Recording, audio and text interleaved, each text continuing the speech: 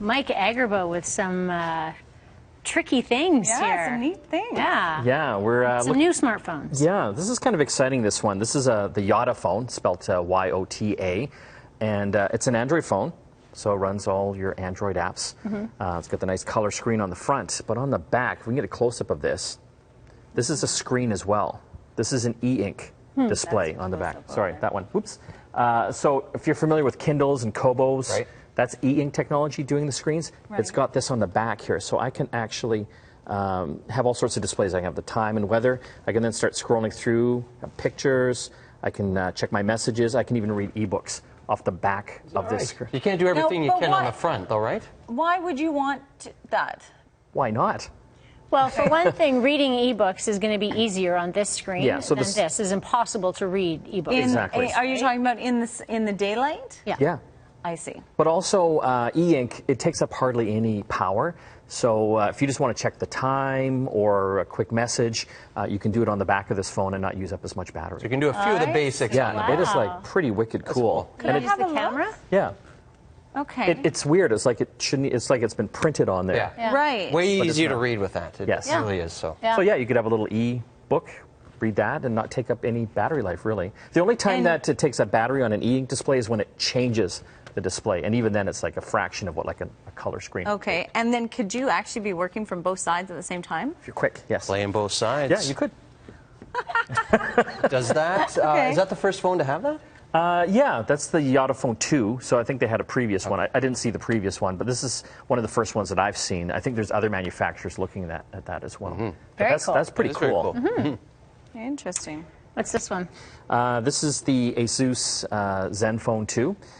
They're really trying to make a push into the smartphone market. Asus, they've been popular with laptops and desktop computers and other electronics. Mirror on the front? No, it's a case, and you can see if you just want to see the time and stuff like that, you can have the display on there. But it's a full Android smartphone with a large screen. What sets this one apart is that it's unlocked, so you can buy it directly from Asus and other folks for $380.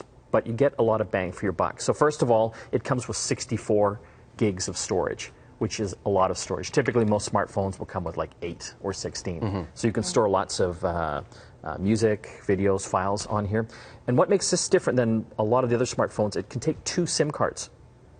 Why?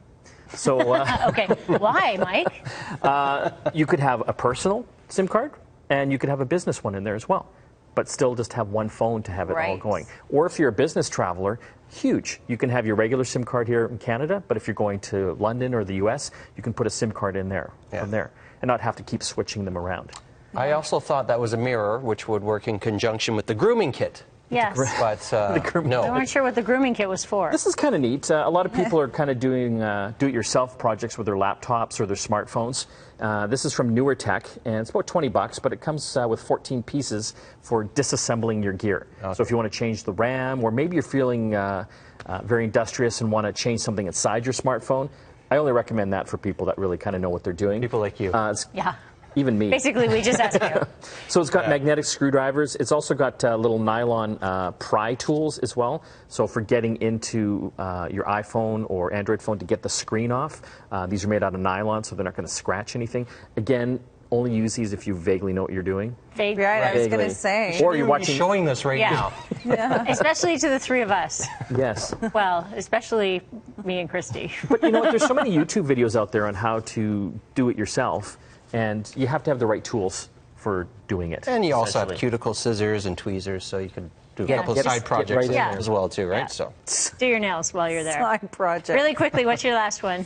This is one of those little portable USB backup batteries. This one's nice because it has a little stand to keep your smartphone in, but you can also charge up your phone. This is 11,000 milliamps, and so compare that in conjunction with like a smartphone, which is typically a 2,000 milliamp battery in here. You can see you can charge up a bunch of smartphones and even tablets like an iPad. All at the same time. Well, yeah, it's got 2 USB ports on here, so you could charge 2 at the same time and get full charges. GetConnectedMedia.com is where you can get all the information. Make sure you follow Mike on Twitter. We all do.